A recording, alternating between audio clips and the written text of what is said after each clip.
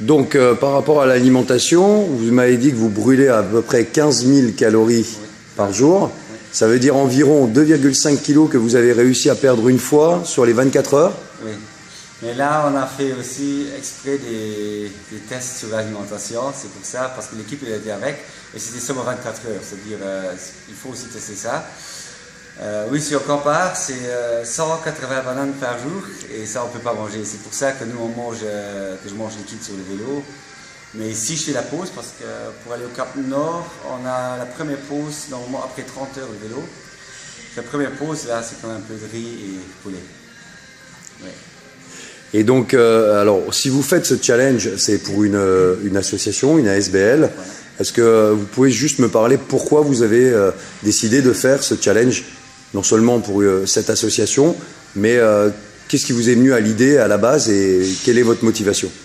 L'idée, c'est déjà venu il y a 6 ans et demi que je voulais faire quelque chose parce que j'avais un fils qui était un peu malade. Heureusement, maintenant, tout est renouveau bien. Et je voulais faire quelque chose lutte contre le cancer, mais quelque chose de spécial. Je ne voulais pas faire maintenant seulement vendre quelque chose. Et vu que je fais beaucoup de sport et j'aime le sport, je voulais faire les deux trucs ensemble, c'est-à-dire le sport avec lutte contre le cancer. Et c'est comme ça que je suis venu là-dessus. Et puis les Scandinavies que j'aime, alors c'était les trois choses combinaisons ensemble, c'était pour moi parfait. Et comment éventuellement on peut vous soutenir? Par quel lien on peut vous soutenir? Comment on peut vous encourager et faire éventuellement des dons pour l'association? On a une homepage, c'est www.stephanquintus.lu. Et là, c'est aussi, on a aussi les dons, pour faire le don pour Närtsukkrypsnokana, ASBL.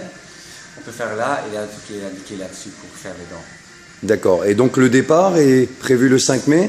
Le 5 mai, à Differdange, à 13 h. Il y a tout le monde qui est invité pour venir là-haut. Et à 13 h, il y a aussi beaucoup de cyclistes qui veulent venir avec jusqu'à la frontière. Il y a tout le monde qui peut venir. Et pour l'alimentation, c'est aussi là, mais pas mon alimentation. Meilleur. Thüringer et tout qui est là. Riyad. Donc ça veut dire que le 5 mai, on peut venir vous accompagner au moins jusqu'à la frontière. S'il y a des courageux, éventuellement plus loin. Et donc ça sera pour un départ le 5 mai pendant 11 jours. Et on est parti jusque donc en Scandinavie. Donc on essaiera de vous suivre et de suivre un petit peu vos traces. Moi je pense que je serai présent le 5 mai pour venir vous voir et vous encourager. Super. En tout cas merci Stéphane, merci et passez une bonne soirée. Merci aussi.